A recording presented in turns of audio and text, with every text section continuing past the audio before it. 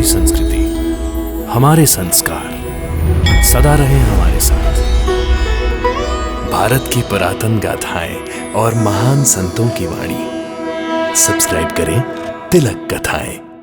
ये सरकारी दफ्तर है और आप आयकर अफसर। हाँ, इसका मतलब हम सही जगह पर आए हैं। आप लोग कहाँ से आए हैं? शिरडी से। हाँ। शिरडी? वहाँ कोई साईं बाबा है? बिल्कुल है। अपने आप को भगवान कहता है, लोगों को बहकाता है जी। और खूब पैसे भी कमाता है ना? राम राम राम बिल्कुल कमाता है। लेकिन ये सब आपको कैसे पता चला? हाँ? मुझे एक चिट्ठी मिली है, लिखने वाले का नाम नहीं है। चिट्ठी? हमारी चिट्ठी ने काम कर दिया वैद जी। हमने तो ये पैसा खेती से कमाया है। हाँ। और साईं ने? उसकी संपत्ति का क्या राज है, बोलो दादिया, बताओ। भाईजा भाई, तुम्हारे चेहरे का रंग क्यों उड़ गया है? आओ भाईजा भाई आओ। आपने कष्ट क्यों किया? हमें बुला लिया होता। अरे मेल्यानो मुर्द्यानो, आयकर चाहिए तुम्हें? आयकर ये ले। अरे राम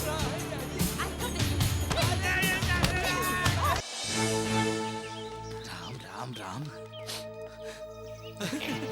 राम राम राम। मैंने सोचा आयकर दफ्तर ढूंढना बहुत मुश्किल होगा, लेकिन देखिए हम तो आयकर दफ्तर पहुंच ही गए।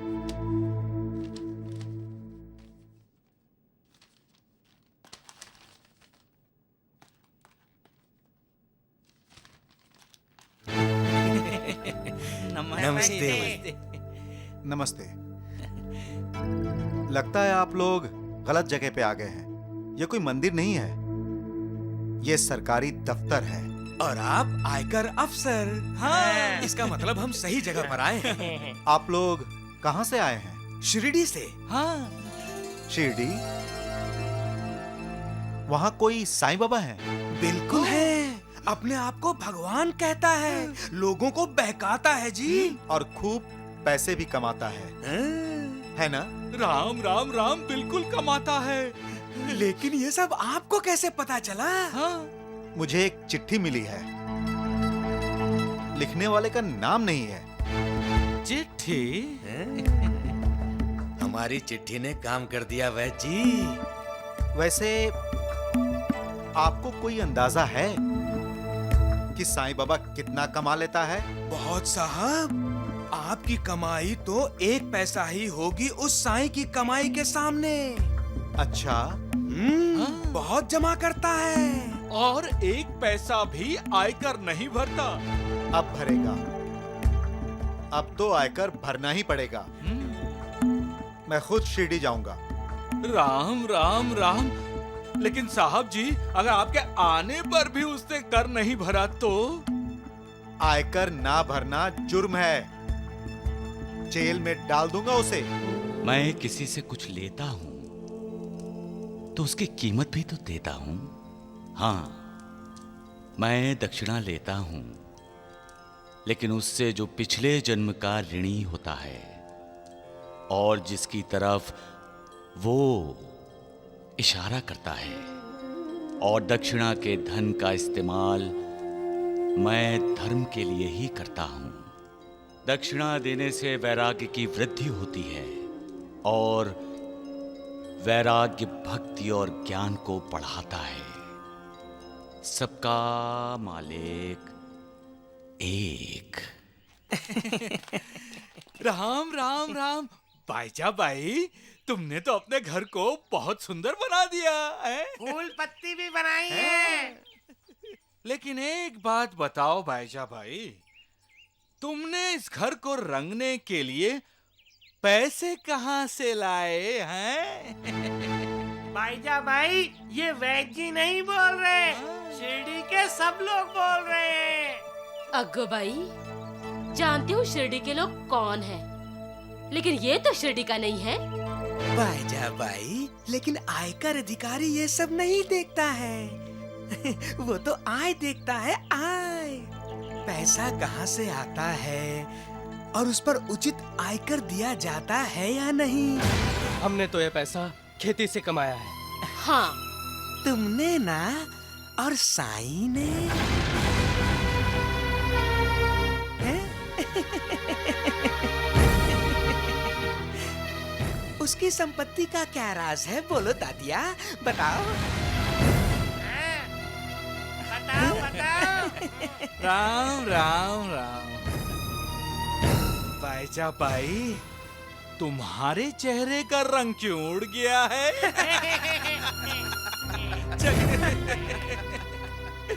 अरे बनाओ, रंगो रंगो। तातिया, यहाँ भी फूल बनाओ।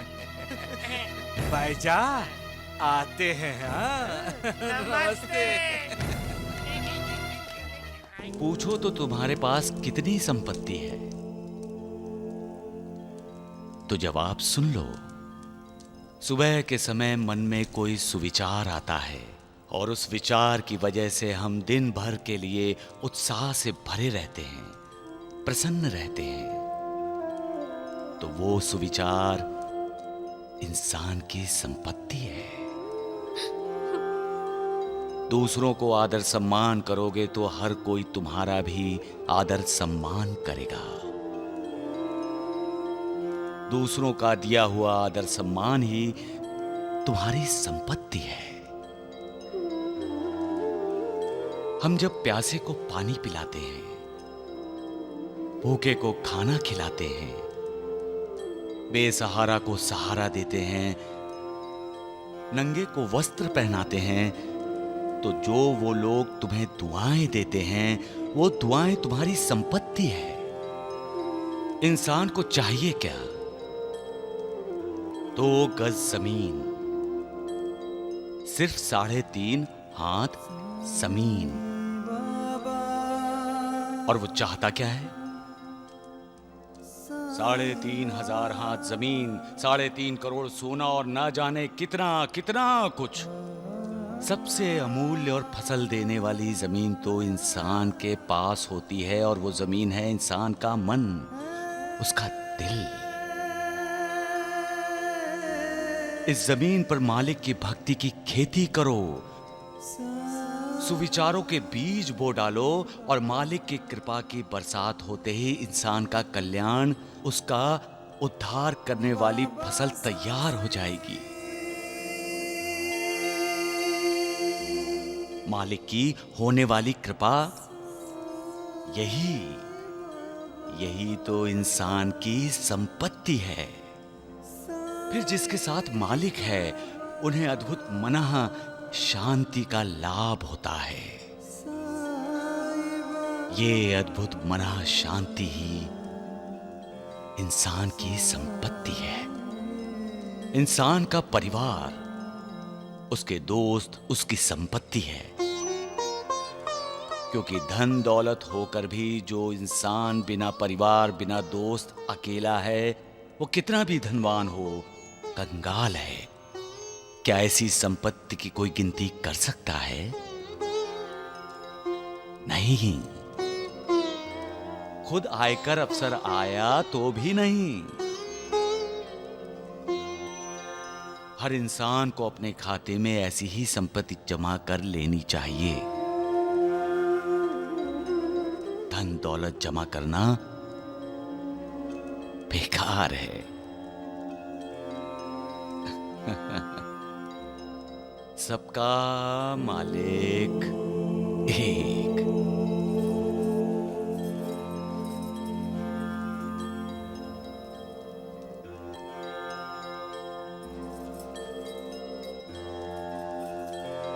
मां,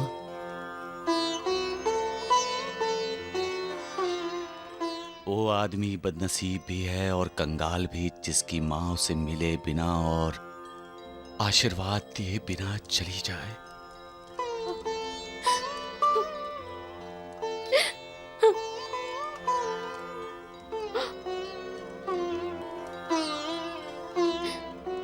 साईं,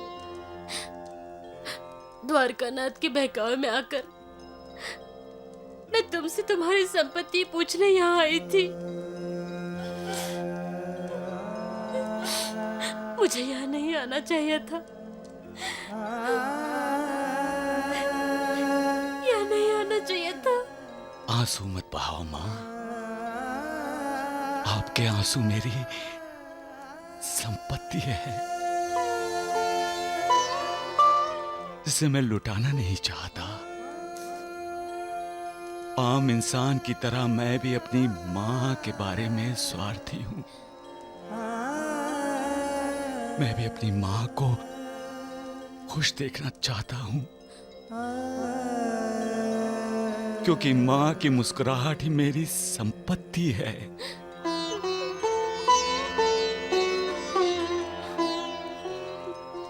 मैं जब अपने छोटे भाई तात्या को खुश देखता हूं तो मेरे दिल को तसल्ली होती है, क्योंकि उसकी खुशी मेरी संपत्ति है। अपनी संपत्ति के बारे में और कुछ बताऊं मां?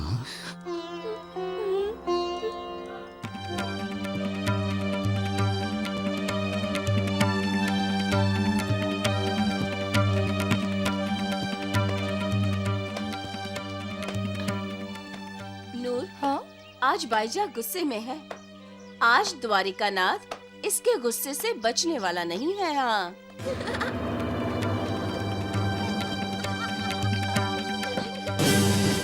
पकड़ो। हाँ, पकड़ लिया, पकड़ लिया, पकड़ लिया।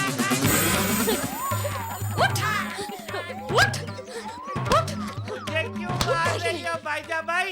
खेलोगी मैं पट्टी बाजू।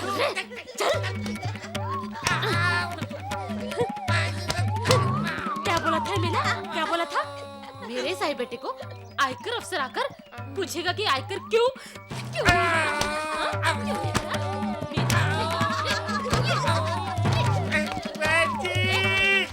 बेची क्या चिल्लाता है रे? हाँ? क्या चिल्लाता है? टांग टूट गई।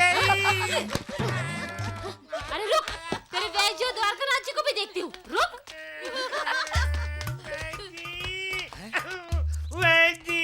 राम राम राम। अरे क्या हुआ मूर्ख, क्यों रो रहा है तू?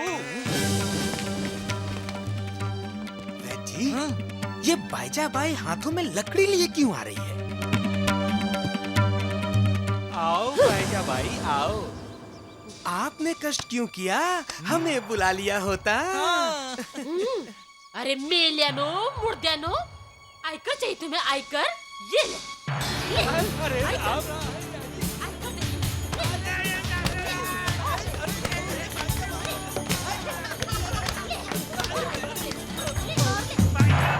बाईजा भाई रुको मत, दे दो। इन्हें धन की बहुत जरूरत है। कंगाल है द्वारिकानाथ जी। ए, डबरे, डब। ये अरे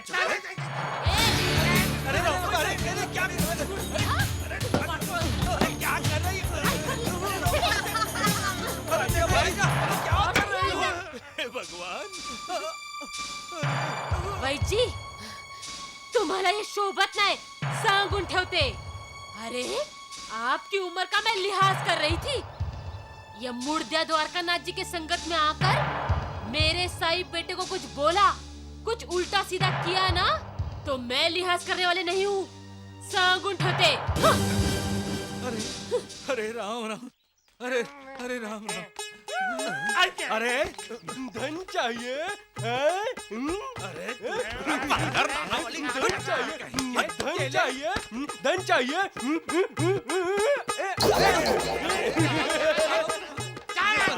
कहीं के। अरे राम राम राम राम।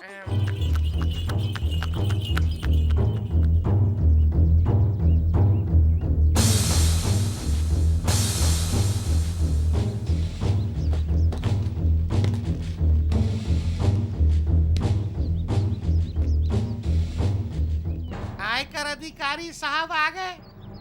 तुम खेलो। आयकर अधिकारी साहब आप आ गए। नमस्ते, बड़ी जल्दी आ गए। चलिए। हाँ, ठीक है। पहले हम सरकारी विश्राम गृह जाकर विश्राम करेंगे। अच्छा, नमस्ते। नमस्ते, अब तुम जाओ। हाँ, आइए आप। वेजी वेजी वेजी वो आ गया वो। अरे राम राम राम, क्यों चिल्ला रहा है? कौन आ गया है? वो आयकर अधिकारी हैं? आयकर अधिकारी? अरे क्या कहा तुमने? हैं? राम राम राम, वादे का पक्का है। कहा था आएगा तो आ ही गया। राम राम राम। अब होगा खेल शुरू जी। अब उस ढोंगी साईं की संपत्ति की गिनती शुरू होगी। साईं की संपत्ति की नहीं, साईं की उल्टी गिनती शुरू होगी। 3, 2, 1 सबका मालिक है। शिरडी में मेरे दर्शन करने के लिए वो ही लोग आते हैं जिन्हें मैं बुलाता हूँ। मेरे भक्त ही मेरी संपत्ति हैं, जो कभी कम नहीं होगी। मेरे जाने के बाद भी मेरी संपत्ति बढ़ती ही जाएगी, बढ़ती ही जाएगी, बढ़ती ही जाएगी। सबका मालिक एक। अच्छा नाना, मैना दीदी कैसी है हमारी? आपकी कृपा और आशीर्वाद से कुशल से है बाबा। मैना दीदी को ये उदी देना और हमारी मैना दीदी से कहना कि हम शुभ समाचार की प्रतीक्षा में हैं। नाना साहेब, नाना जी बन गए?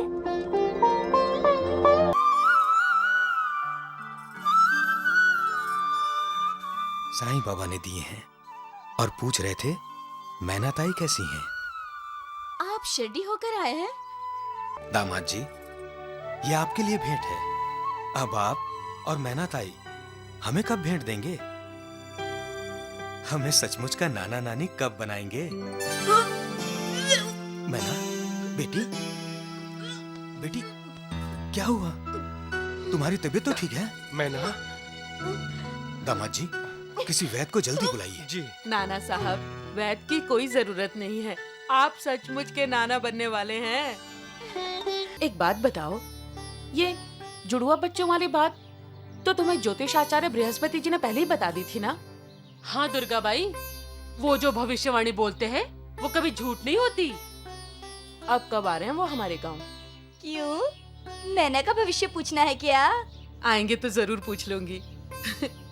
ये हमारी मैना लव कुश को जन्म देगी या 5 पांडवों को या फिर श्री राम को?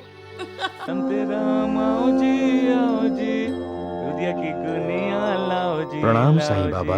घर जाओ जल्दी से। अरे नाना, अरे आओ आओ आओ, इधर आओ। बाबा बैठो। अकेले आए हो नाना? बाबा, मेरा तबादला जामनेर में हुआ है। नानी घर में सामान बांध रही है। अरे मैं रामलाल की बात कर रहा हूँ। रामलाल। कौन रामलाल? मेरे साथ तो कोई रामलाल नहीं था। तुम्हारे साथ नहीं था? लेकिन तुम तो रामलाल के साथ थे। कोपरगांव जाने से पहले तुम्हें रामलाल अपने पूरे परिवार के साथ मिला था और तुम उससे मेरी बात कर रहे थे। मैं नाना साहब चांदोलकर, साईं बाबा का भक्त हूँ। हम आपको प्रणाम करते हैं ताकि हमारा प्रणाम भी साईं बाबा तक पहुंच सके। याद आया ना? बाबा, आप तो सब जानते हैं। अरे महालसापति, तुम घर जाओ। हाँ, भाभी तुम्हारा इंतजार कर रही। जाओ जाओ। मैंने रामलाल से कहा था कि वो चाहे तो हमारे साथ चल सकता है, लेकिन वो 3 थे और उनके साथ आपके दूसरे भक्त भी थे। उन्होंने इनकार करते हुए कहा, नाना साहिब, आपने जो कुछ भी साईं बाबा के बारे में बताया उसे सुनकर हम तीनों के मन में साईं बाबा के दर्शनों की इच्छा तीव्र हो गई है। मैं भी रामलाल के लिए कितना बेचैन हूं नाना। अच्छा नाना, मैना दीदी कैसी है हमारी? आपकी कृपा और आशीर्वाद से कुशल से है बाबा। मैना दीदी को ये उदी देना और हमारी मैना दीदी से कहना कि हम शुभ समाचार की प्रतीक्षा में हैं। नाना साहेब, नाना जी बन गए? मैना दीदी को बोलना नाना कि तुम्हारे नाम में ही नाना है। अब असल में तुम्हें नाना बना दे। हाँ? रमते राम आओ जी, उदिया की गुनिया लाओ जी। नाना, ये उदी हर चिंता, विवेचना, पीड़ा और दुख का इलाज है। मैना, ओ मैना बहू। जी माँ जी। देख तो कौन आया है। जी माँ जी। अरे देखना कौन आया है, तेरे पिताजी आए हैं। पिताजी? मैना बेटी,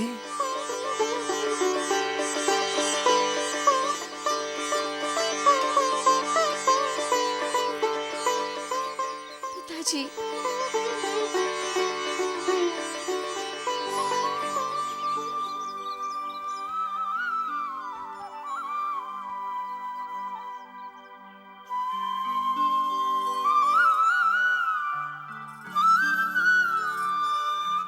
साईं बाबा ने दिए हैं और पूछ रहे थे मैना ताई कैसी हैं।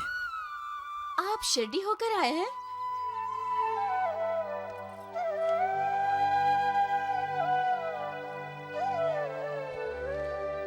दामाद जी, ये आपके लिए भेंट है। अब आप और मैना ताई हमें कब भेंट देंगे? हमें सचमुच का नाना नानी कब बनाएंगे?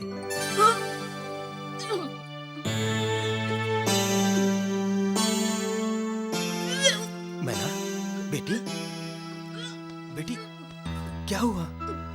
तुम्हारी तबीयत तो ठीक है? मैना। दामाद जी, किसी वैद्य को जल्दी बुलाइए। जी। नाना साहब, वैद्य की कोई जरूरत नहीं है। आप सचमुच के नाना बनने वाले हैं।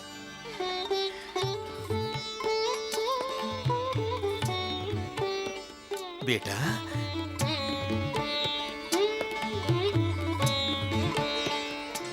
ओम जय साईनाथ, जय साईनाथ, आदि न अंत तुम्हारा, तुम्हें श्रद्धा नमन हमारा। ओम जय साईनाथ, जय साईनाथ, आदि न अंत तुम्हारा, तुम्हें श्रद्धा नमन हमारा। क्या बात है, बड़ी खुश नजर आ रही हो। खुश न होंगी, सरस्वती बाई दादी जो बन गई है। पर अभी तो तुम्हारी बहू। हाँ, 9 महीने पूरे नहीं हुए हैं। 8वें महीने ही उसने बच्चों को जन्म दिया है। बच्चों को? हाँ, जुड़वा हुए हैं। 2-2 बच्चों की दादी बन गई हूँ मैं। सरस्वती बाई, एक बात बताओ, ये जुड़वा बच्चों वाली बात तो तुम्हें ज्योतिष आचार्य बृहस्पति जी ने पहले ही बता दी थी ना? हाँ दुर्गा बाई, वो जो भविष्यवाणी बोलते हैं वो कभी झूठ नहीं होती। अब कब आ रहे हैं वो हमारे गांव? क्यों? मैना का भविष्य पूछना है क्या? आएंगे तो जरूर पूछ लूंगी। ये हमारी मैना लवकुश को जन्म देगी या 5 पांडवों को या फिर श्री राम को? क्यों इंसान भविष्य में झांकने की कोशिश करता है? क्यों?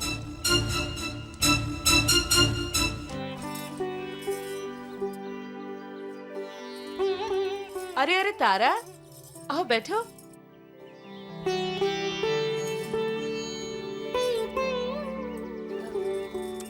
तुम पड़ोस में रहते हुए भी एकदम अजनबी की तरह हो गई हो तारा। अरे पड़ोसी के नाते कभी आया जाया करो, राम राम तो कर लिया करो। माँ जी, मैं इनके लिए पानी लेकर आती हूँ। सच बात तो ये है देविका, मुझे घर के झमेलों से फुर्सत ही नहीं है। अभी भी एक संदेशा लेकर आई हूँ। संदेशा? किसका संदेशा? मेरे मायके में मेरी एक दूर की रिश्तेदार है, उनकी एक बेटी है। घर बार बहुत अच्छा है, बड़े पैसे वाले लोग हैं। उन्होंने अपनी बेटी की शादी के लिए एक अच्छा लड़का ढूंढने के लिए लिखा है। तो मैंने सोचा अपना रमाकांत क्या बुरा है।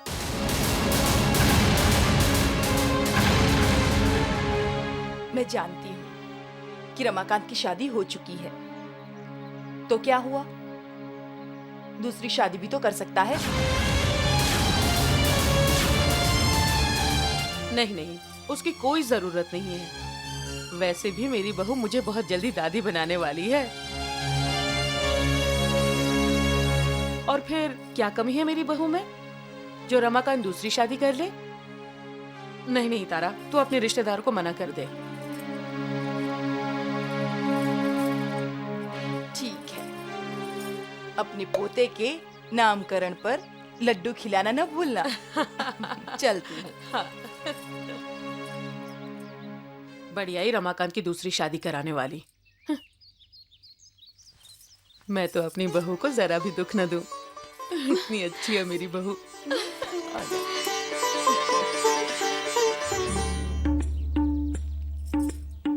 मैंने कहा था ना, ज्योतिष आचार्य बृहस्पति को लेकर आऊंगी। तो क्या वो आ गए? चल बहू, उनसे मिलकर आते हैं। कहीं जाने की जरूरत नहीं, मैं उन्हें यहाँ तुम्हारे घर ले आऊंगी। कब? जल्दी जाओ, जल्दी उन्हें लेकर आओ। जाओ। अच्छा अच्छा। सरस्वती ठीक कहती है, तू बहुत भाग्यशाली है। अब बृहस्पति जी बता देंगे कि इसके बेटा होगा या बेटी। पर मुझे तो बेटा ही चाहिए। क्यों भविष्य बताने वालों पर विश्वास करता है इंसान? विश्वास करना है तो मालिक पर करो, भविष्य बताने वालों पर नहीं। मालिक कभी किसी का बुरा नहीं चाहेगा, कभी किसी का बुरा नहीं करेगा। फिर भी तुम मालिक पर अविश्वास करके उसे चुनौती देना चाहते हो। मालिक को मालसापति, ये अचानक साईं बाबा को क्या हो गया? नूर, लगता है बाबा अपने किसी भक्त की वजह से परेशान हैं। क्या करोगे भविष्य जानकर? क्या अनहोनी को होनी में बदल सकने की ताकत है तुम में, या होनी को अनहोनी में बदल सकते हो तुम? क्यों जानना चाहते हो भविष्य? खुद भी दुखी होते हो और दूसरों को भी दुखी करते हो तुम।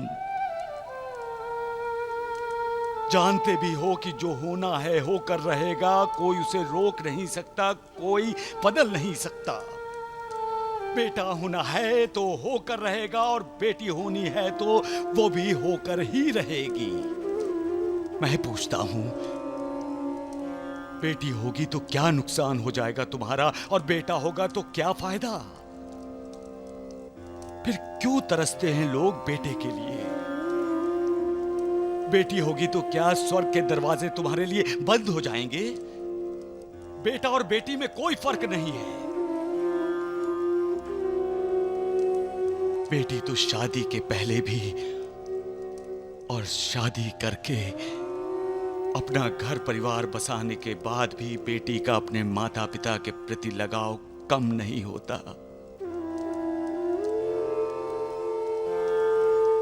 लेकिन बेटा शादी के बाद अपने माँ बाप का नहीं, अपनी पत्नी का हो जाता है। ये सत्य झुठला सकते हो तुम, फिर भी लोग बेटे के लिए तरसते हैं। कैसे समझाएं ऐसे लोगों को?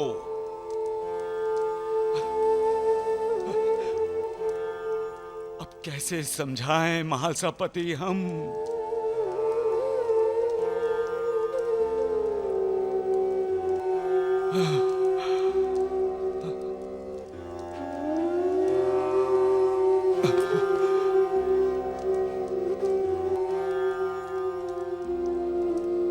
सबका मालिक एक। आचार्य जी, मैना इस घर की बहू है और हम सब इसका भविष्य जानने के लिए उत्सुक हैं। कृपया मैना के होने वाले बेटे का भविष्य बताइए।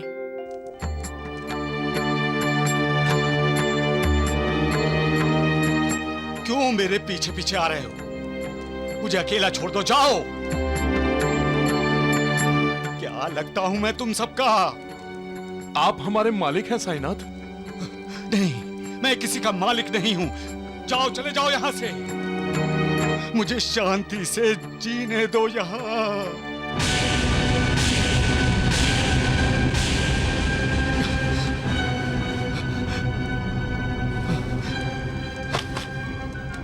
अरे जाते हो कि नहीं?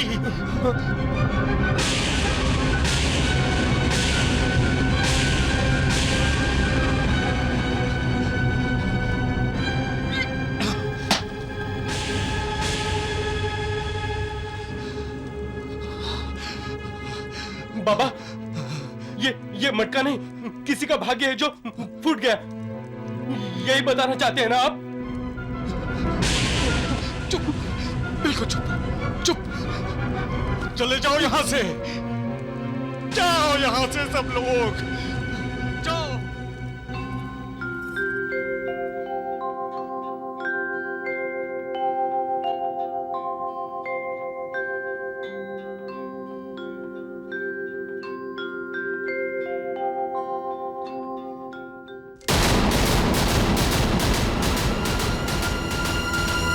भरोसा नहीं है मुझ पर, विश्वास नहीं है मालिक पर, तो क्यों आते हो यहां? जाओ, जाकर किसी ज्योतिषाचार्य को अपना हाथ दिखाओ। जाओ जाओ जाओ। पता नहीं क्यों साईनाथ भविष्य देखने पर नाराज हैं। जाओ, चले जाओ यहां से। तुम्हारा मेरा कोई संबंध नहीं यहां। जाओ। ये कैसे हो सकता है बाबा? हमारा तो जन्म जन्म का संबंध है बाबा। देवा, आपका और मेरा तो 72 जन्मों का संबंध है। हाँ? नहीं, मैं किसी से कोई संबंध नहीं रखना चाहता। जाओ जाओ जाओ, चले जाओ यहां से, चले जाओ यहां से। अरे वाह, ये कैसी मनमानी आपकी देवा। आप ही हमें अपने पास बुलाते हैं और आप ही ठुकराते हैं। नहीं नहीं देवा, नहीं, ये नहीं होगा। आप हमें जितना चाहे ठुकराइए, हम आपको छोड़ के नहीं जाएंगे। साईनाथ, आप किसका गुस्सा हम पर निकाल रहे हैं?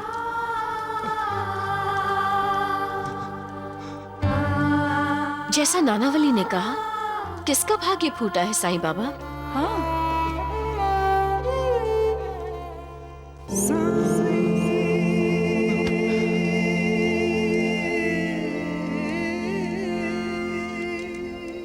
रहम कर मालिक, दया कर। तू ही सबकी माँ है, तू ही सबका बाप। अपने बच्चों की रक्षा कर, उनकी हिफाजत कर। रहम मालिक, रहम।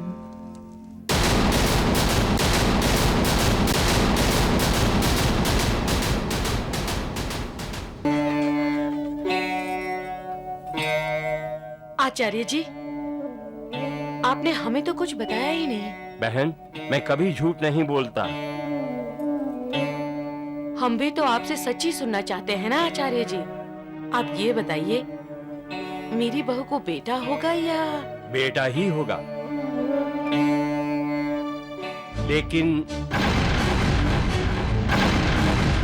लेकिन क्या आचार्य जी? लेकिन बेटे को जन्म देने के बाद तुम्हारी बहू की मृत्यु हो जाएगी।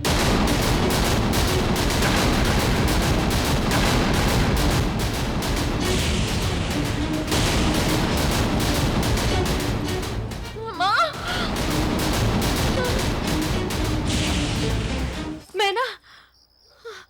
मैना बेटी।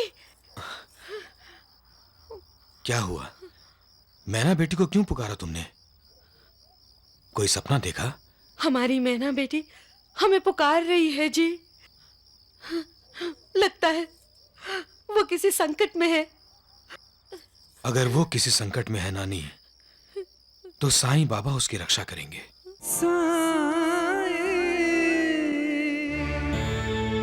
तुम व्यर्थ क्यों चिंता कर रही हो? जब साईं बाबा का आशीर्वाद हमारे साथ है, तो हमें डरने की कोई जरूरत नहीं है। मैना के बारे में सोचकर मैं परेशान हो गई हूँ। साईं बाबा अपने भक्तों का ख्याल रखते हैं नानी।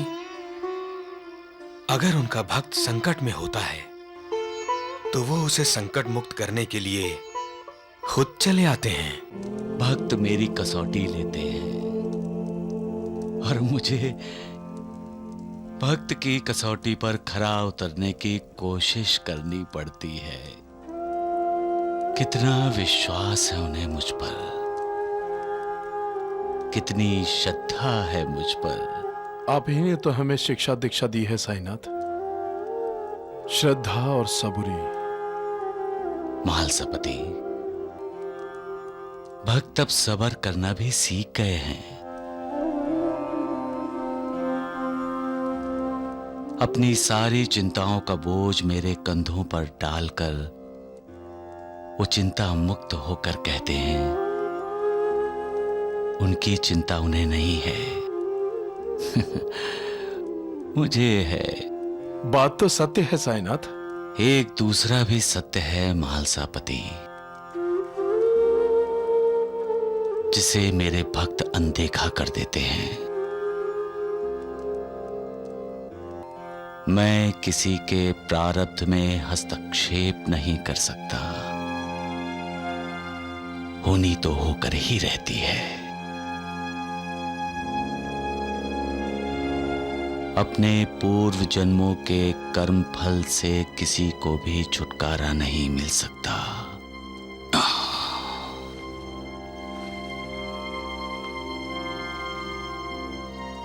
कैसे